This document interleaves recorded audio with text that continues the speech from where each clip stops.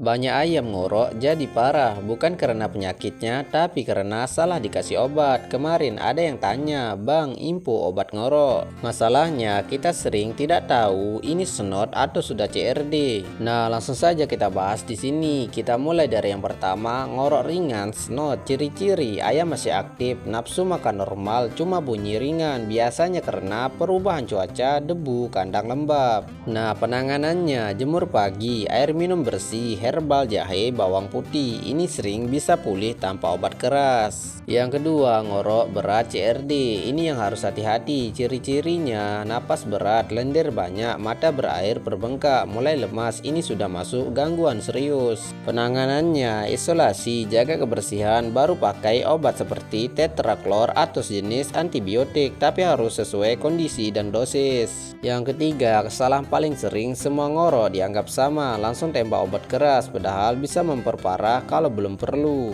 Peternak lama itu bukan cepat kasih obat, tapi tepat membaca kondisi. Sekarang jujur, kalau ayam kalian ngorok, kalian langsung kasih obat atau lihat dulu masuk snot atau CRD, tulis di komentar.